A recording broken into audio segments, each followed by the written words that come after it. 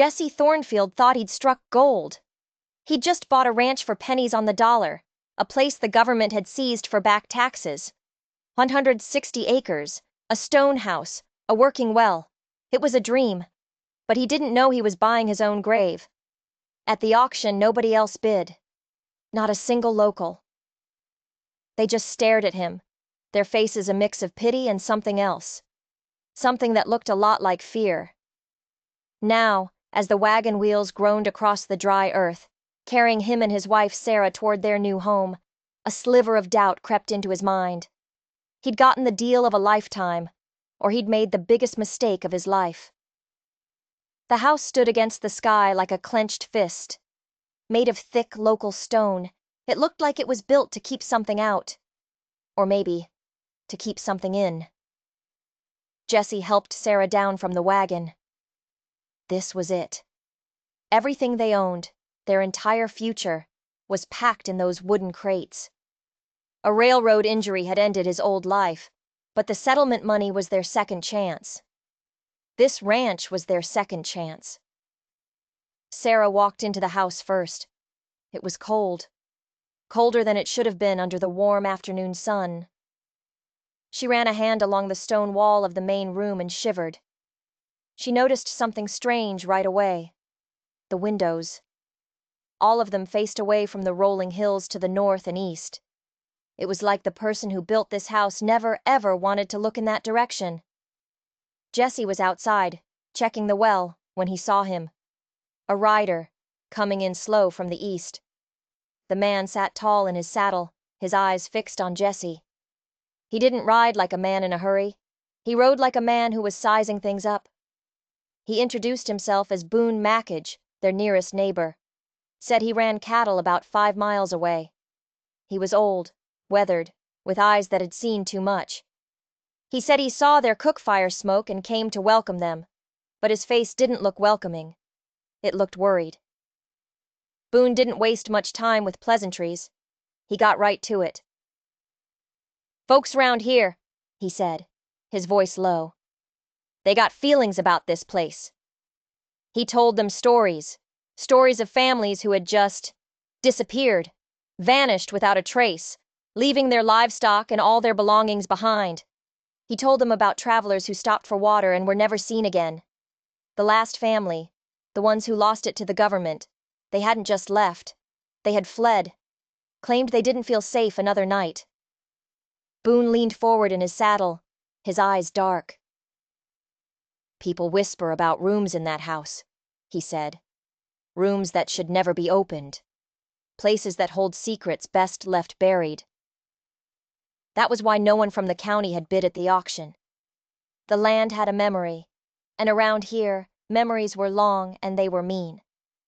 Jesse listened, thanked him for the warning, and tried to sound braver than he felt. He told Boone they weren't the types to be scared off by old ghost stories. Every ranch had its tragedies. Boone just nodded slowly, his eyes still holding that look of pity. His parting words hung in the air long after he was gone. "Just you trust your gut," he'd said. "If something feels wrong, it is." As Boone rode away, Sarah came out of the house. She'd heard most of it. Jesse tried to laugh it off, calling it local superstition. But he couldn't ignore the way Sarah kept glancing up at the hills, her face pale, as if she expected to see something staring back. As evening fell, Jesse tried to push the old man's words out of his head. He worked on the corral, the familiar labor a comfort after weeks of travel. The land was good. The water from the well was clean and sweet. They had a future here.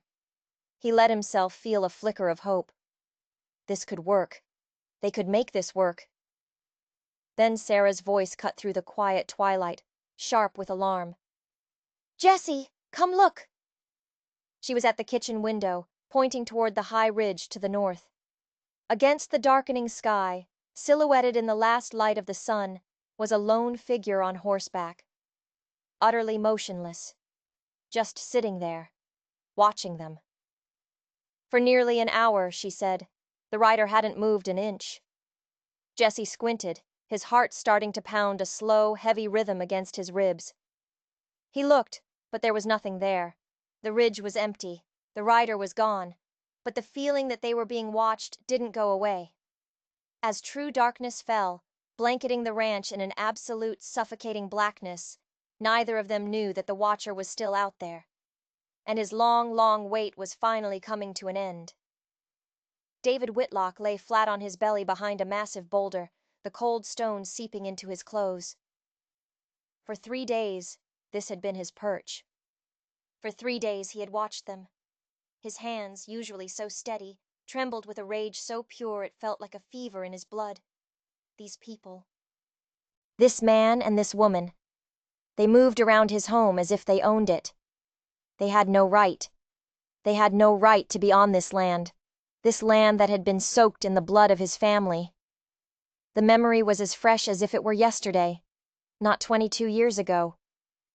He was 8 years old. He could still hear his mother's screams. He could still hear his father begging for a mercy that never came. And his sister.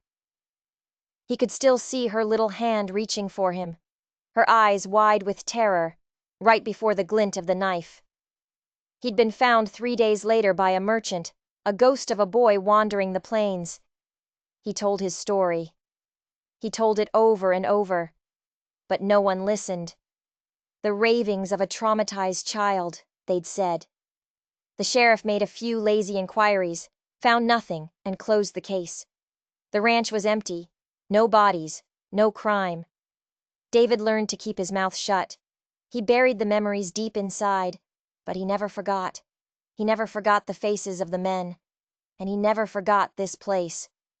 For 22 years, he had prepared for this. He learned to shoot, to track, to live off the land like a wolf.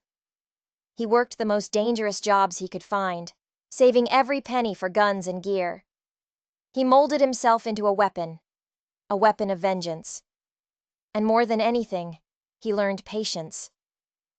6 months ago, he'd returned. The ranch was abandoned, just as he'd left it. The locals told him stories of bad luck and disappearances, but no one remembered the Whitlocks. David knew the killers had likely fled long ago, but he was willing to wait. He would wait a lifetime for them to return. Then, 3 days ago, this couple had arrived, and David knew. He just knew. They had to be connected. Why else would anyone come here, to this cursed ground? They had to be their kin. Their children, maybe. Come to claim the family business. He watched Jesse mending a fence. He watched Sarah planting a small garden. They moved with an easy confidence, an arrogance that grated on his soul. The confidence of people who thought they had gotten away with it. People who had no idea that justice was a patient hunter, and it was finally at their door. During the day, he learned their rhythms. Jesse up at dawn with the livestock, Sarah in the house, making it a home. They looked so normal, so harmless. But David knew better. Evil had a way of wearing a pleasant mask. The men who had butchered his family, they had been friendly too. They'd shared his father's coffee, smiled at his mother, laughed with his little sister. And then they had shown their true faces. As the sun bled out across the horizon, David made his final preparations. He had decided on fire. It was poetic. The house itself was an accomplice to the crime. It would burn. The stone walls would become a kiln, trapping them inside while the wooden floors and roof became their funeral pyre. He'd give them a few minutes. A few minutes to feel the heat, to smell the smoke, to know that their sins had finally found them. He checked his rifle one last time. If, by some miracle, one of them made it out of the inferno, he would be waiting. 22 years. He had waited 22 years for this night. As he crept toward the house where Jesse and Sarah Thornfield slept, unaware of the past that was about to consume them, David's hands were steady. His mind was clear. The terrified little boy was gone. Tonight, a man would deliver God's own terrible judgment. Jesse woke up choking. Smoke. Thick, oily smoke that clawed at his throat and made his eyes stream with tears. The room was glowing with a sickening orange light. He lurched out of bed, shaking Sarah awake. "Fire!" The word was a raw croak. He dragged her toward the bedroom window, but a curtain of flames was already climbing the outside wall, the glass cracking from the intense heat. The fire was everywhere, moving with an unnatural speed, as if the house itself were desperate to burn. They stumbled out of the bedroom, the roar of the blaze a physical force, a monster's hungry growl. They made for the front door, but a massive burning beam crashed down from the ceiling, blocking their path. The back door was a solid wall of fire. They were trapped. And then Jesse heard it. Above the crackling and roaring, he heard a sound that turned his blood to ice. Laughter. A man was laughing outside, a wild, unhinged shriek of triumph that echoed through the chaos. It wasn't the laughter of a man. It was the sound of madness itself. Sarah grabbed his arm, her face a mask of terror in the flickering light, and pointed toward the kitchen. The ceiling there was groaning, ready to give way, but it was their only chance. They dropped to the floor, crawling beneath the thickest layer of smoke, hot ash and burning embers raining down on them. The heat was scorching, searing his lungs with every breath. He could feel his hair starting to singe. They reached the kitchen just as another huge roof beam tore loose. It slammed into the stone floor with the force of a thunderclap. And then something impossible happened. Where the beam struck, the thick wooden floorboards shattered and buckled, revealing a square of perfect black emptiness beneath. Stairs. There were stone stairs leading down into the dark. It was a cellar, a hidden room he hadn't seen. He didn't hesitate. He shoved Sarah toward the opening. "Go! Go now!" There was no other choice. It was the darkness below or the fire above. They scrambled down the narrow, steep steps, the air instantly cooler, though still thick with smoke. They found themselves in a small, stone-walled chamber. As another section of the kitchen ceiling collapsed with a deafening crash, Sarah managed to heave a heavy wooden door shut behind them. It was thick, reinforced with iron bands, and it slammed into place with a solid, final thud. They were in total darkness now. The air was musty and stale, but breathable. The chamber felt like a tomb, but it had saved them. Smoke still curled through the cracks around the door, and the roar of the fire above was a muffled, distant thunder. Jesse fumbled along the walls, his hands scraping against rough stone and old wooden shelves, searching for another way out, for any source of fresh air. There was nothing. Sarah slumped against the door, her breathing shallow. The smoke was getting thicker, seeping in, poisoning their small pocket of safety. Jesse's head started to swim. His vision blurred at the edges. The last thing he heard before the world went black was Sarah whispering his name. Outside, David Whitlock watched the flames gut the house, a grim smile on his face. The roof collapsed, sending a shower of sparks into the night sky. He had done it. After all these years, he had done it. The laughter that had burst from him earlier had faded, replaced by a cold, quiet satisfaction. Justice. He mounted his horse and turned toward the county seat. He would surrender. He would confess. He had always known this night might be his last night of freedom. It was a price he was willing to pay. Marshal Ty Morrison was in his office, buried in paperwork, when the door swung open. The man who stood there was young. His clothes reeked of kerosene, and his eyes burned with a strange, feverish light that set every one of Morrison's instincts on edge. The young man, David Whitlock, announced calmly that he had just burned down the old Mackenzie ranch, and that he had killed the 2 people inside. He confessed without an ounce of remorse. In fact, he seemed proud, relieved. Morrison locked him up and gathered his deputies. He figured he was dealing with a madman, a drifter who'd committed a senseless, brutal crime. As the sun rose, casting a pale light on the smoldering, blackened ruins of the ranch house, Jesse and Sarah Thornfield were still unconscious in the hidden chamber below. They had survived the fire. But they were trapped in a stone prison, a place that held secrets far darker and more terrible than the flames that had tried to claim them. Jesse's eyes fluttered open to absolute blackness. His head felt like it had been split with an axe, and his mouth tasted of ash and soot. He could hear Sarah beside him, stirring, her cough a weak, rattling sound in the oppressive silence. They were alive. Trapped, but alive. He fumbled in his pockets, his fingers finding a small box of matches. The first one scraped, flared, and died. The second one caught. In the brief, flickering light, he saw stone walls, dusty shelves, and the thick wooden door that had saved them. The air was still hazy, but the immediate threat was gone. The fire must have burned itself out. On one of the shelves, he found an old tin lantern. After a moment, he managed to get it lit, its steady, warm glow pushing back the darkness. They were in some kind of hidden root cellar or storage room. The shelves were lined with wooden crates and old tools, everything covered in a thick layer of dust. It looked like no one had been down here for a very, very long time. And then the lantern light fell on the far wall, and Jesse's heart stopped. Sprawled on the stone floor were two human skeletons. They were old, the bones yellowed with age. One of them had its skull caved in, a dark spiderweb of cracks from a massive blow. The other skeleton still had a rusty knife clutched in its bony fingers, and its ribcage was shattered. Jesse held the lantern closer, his hand shaking. Between the two bodies, someone had crudely scratched something into the stone wall. It was a map. A rough drawing of the land around the ranch, with a large X marked near a distinctive trio of boulders. These two men, whoever they were, had killed each other. Down here, in the dark, fighting over whatever secret this chamber, and that map, held. Sarah let out a small, choked cry and grabbed Jesse's arm. This room wasn't just a cellar. It was a grave. Jesse started looking through the crates.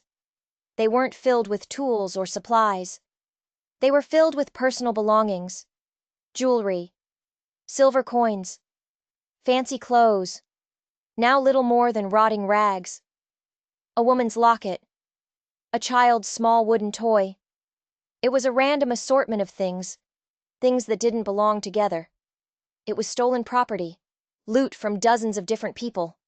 In one crate, he found a stack of official-looking documents, land deeds and bills of sale. Most were damaged by dampness, but he could make out enough to understand.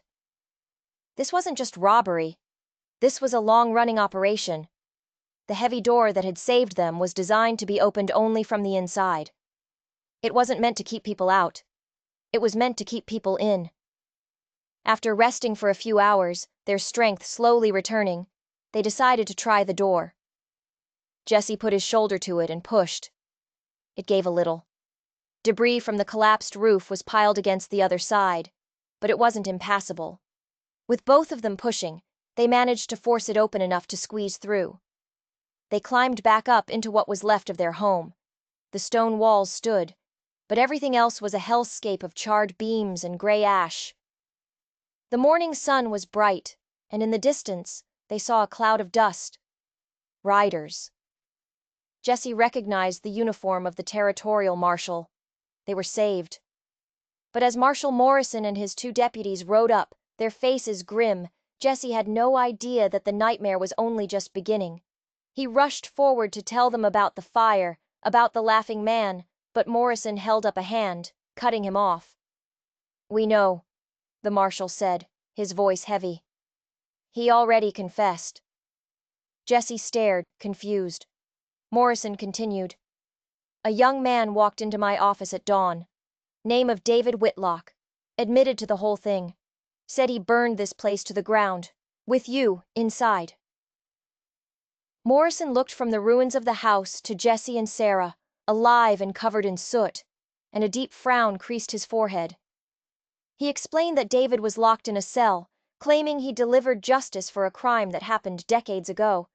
The marshal had dismissed it as the ravings of a lunatic.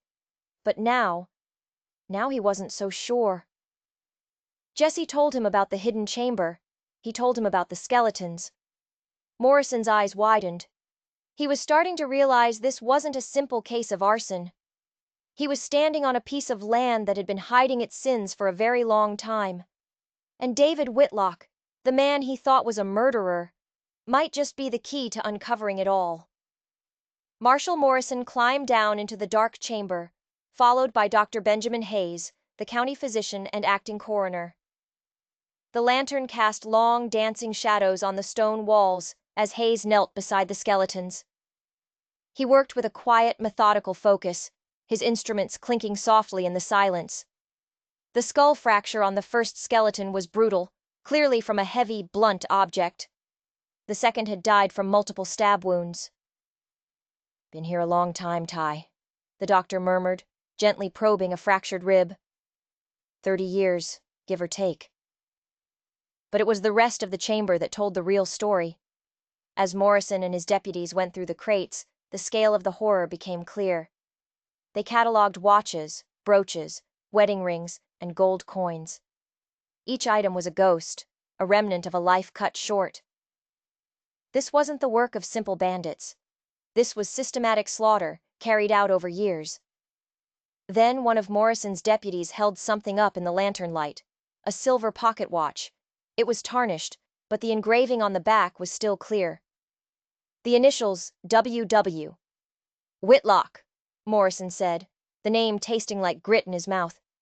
"Get him out here. Now." David Whitlock arrived in shackles, his face a mask of confusion. The triumph he'd felt was gone, replaced by a growing dread. He'd seen Jesse and Sarah from a distance, alive. His plan had failed. His justice was incomplete. He stood blinking in the sunlight as Morrison strode toward him, holding the silver watch. He dangled it in front of David's face.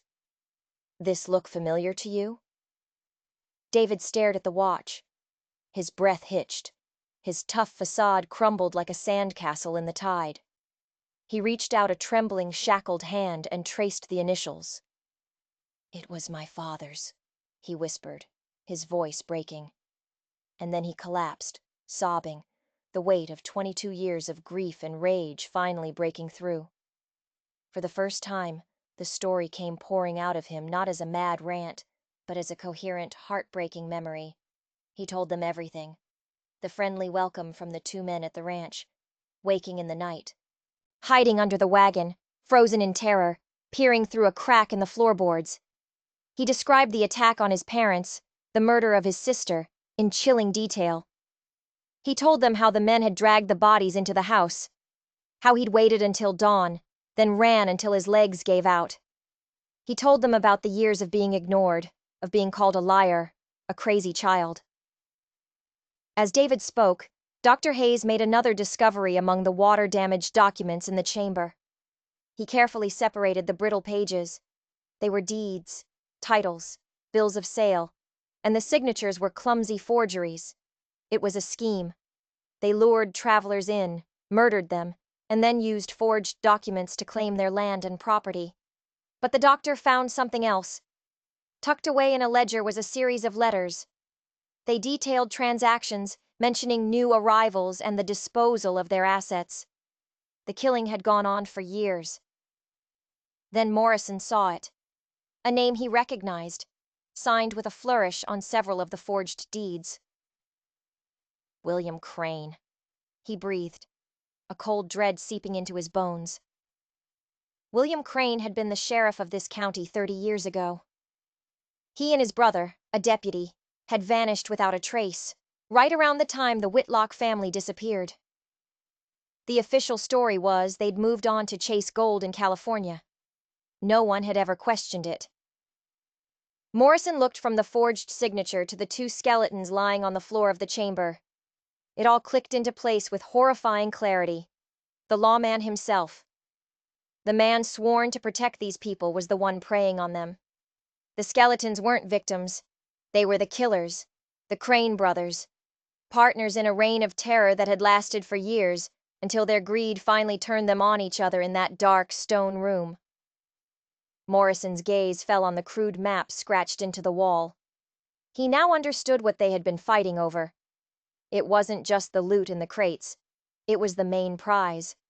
The accumulated wealth of dozens of murdered families. David Whitlock, in his misguided attempt at revenge, hadn't committed a murder. He had accidentally stumbled upon the solution to a 30-year-old mystery. The young man who had tried to kill two innocent people had just unearthed the evidence that would finally bring the real monsters to justice. The next morning, Marshall Morrison put together a digging party. He didn't have to ask for volunteers. Jesse and Sarah were there, their faces set with determination. This was their land, and they needed to see this through to the end. And beside them stood David Whitlock. The shackles were gone. He wasn't a prisoner anymore. He was the only living witness. The map led them to a small, unremarkable clearing about 200 yards from the burned-out house. The only feature was 3 large, gray stones arranged in a rough triangle. The men took turns with the shovels, the dry earth giving way easily. The sun climbed higher, beating down on their backs. For hours, the only sounds were the scrape of steel on dirt and the heavy breathing of the men. Then, one of the shovels hit something with a dull, wooden thud. They dug faster now, excitement mixing with a grim sense of dread. Slowly, they uncovered the edges of a large wooden chest, bound with thick, rusted iron straps. It had been buried deep, and the dry soil had preserved it well. Morrison and Dr. Hayes heaved it out of the hole. It was heavy. So heavy it took both of them to lift it. When Morrison pried open the lid with a crowbar, a collective gasp went through the small crowd. It was full to the brim with gold coins that glittered in the sunlight. Sacks of silver dollars, bundles of paper money. And nestled among the fortune were more personal items. A man's gold wedding band, a delicate silver music box, a child's porcelain doll, its painted eyes staring up at them. It was a treasure chest filled with ghosts. Dr. Hayes estimated the value was in the thousands of dollars. A king's ransom. David Whitlock just stared into the chest, his face pale. There was no triumph in his eyes, only a profound sadness. This was what his family had died for. This was the price of their lives, and the lives of so many others. Morrison knew this was just the beginning. He sent telegrams to every law enforcement agency in the territory, detailing the Crane brothers' methods and asking for records of any family that had vanished while passing through this area over the last 30 years. The replies started to trickle in. Then they became a flood. A family from Missouri, gone. A newlywed couple from Ohio, vanished.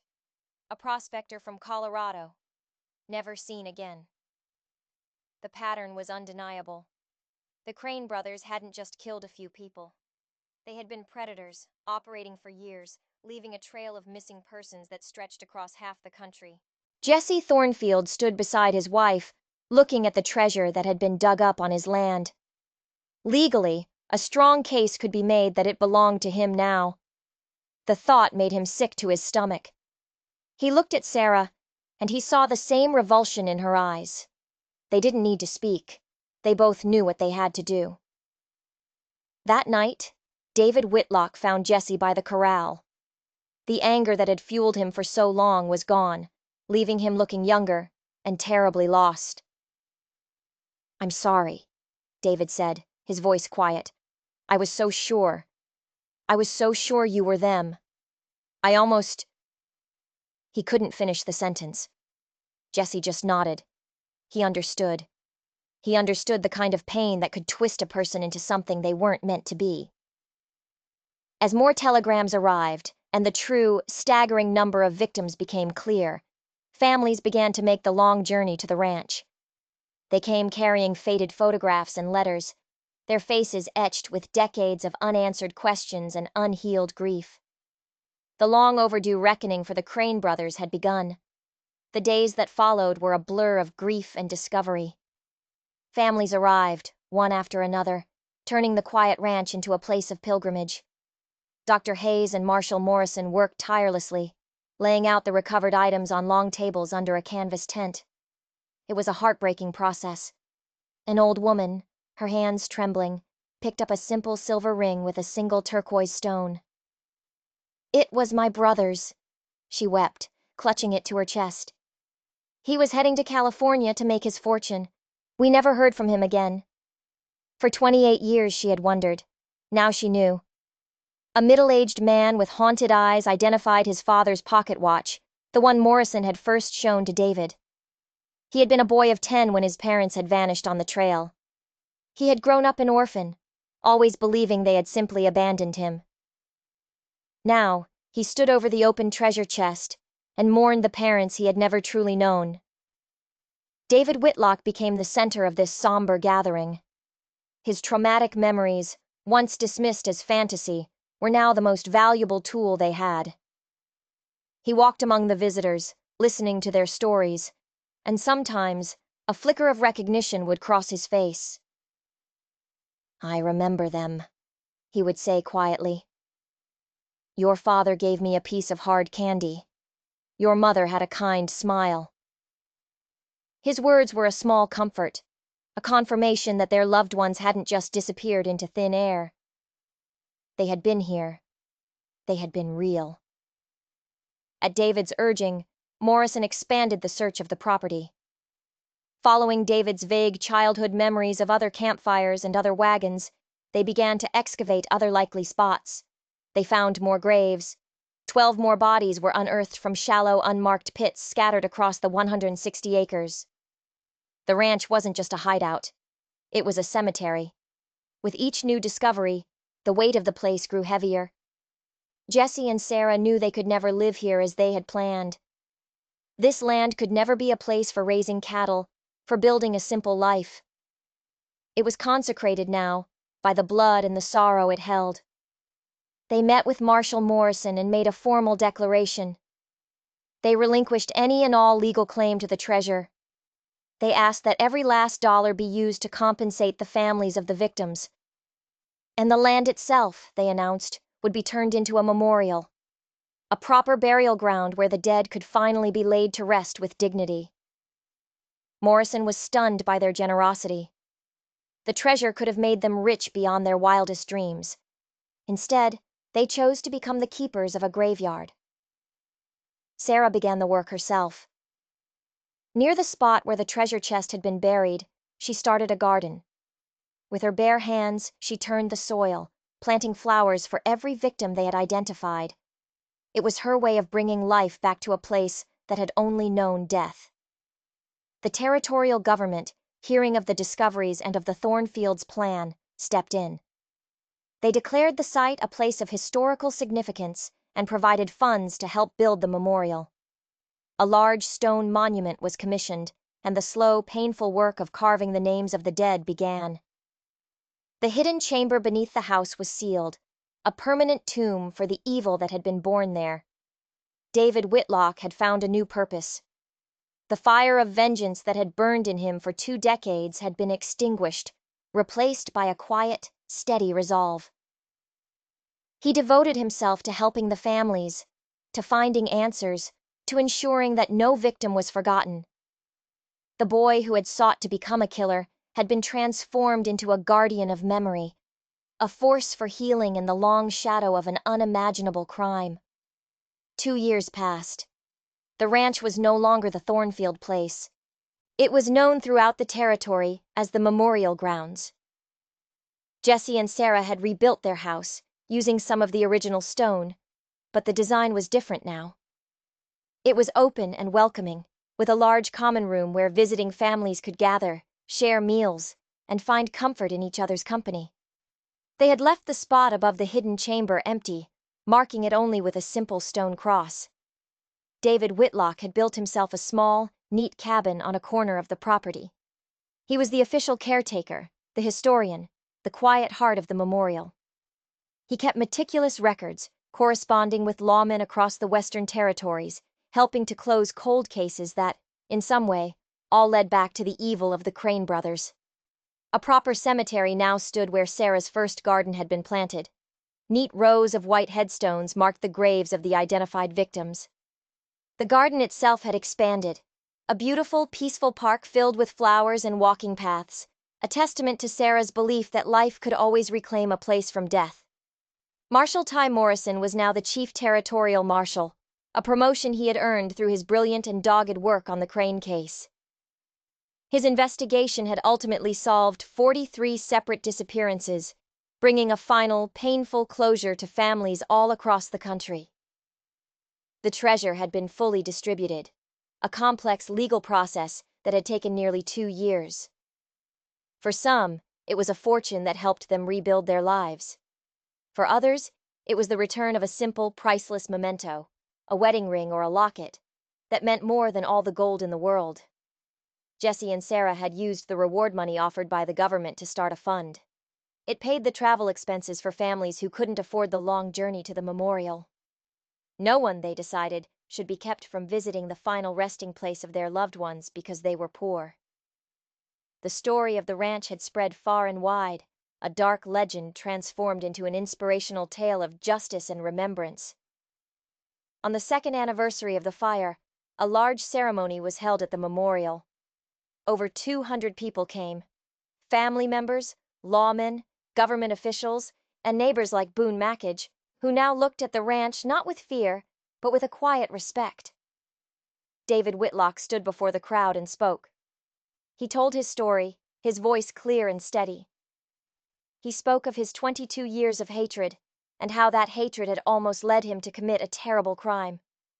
But he also spoke of how that single violent act had accidentally brought the truth to light, and how he had found his own salvation not in revenge, but in helping to heal the wounds the Crane brothers had left behind.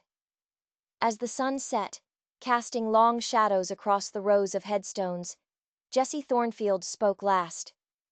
He talked about how a simple bargain, a piece of cheap land, had unearthed one of the territory's darkest secrets.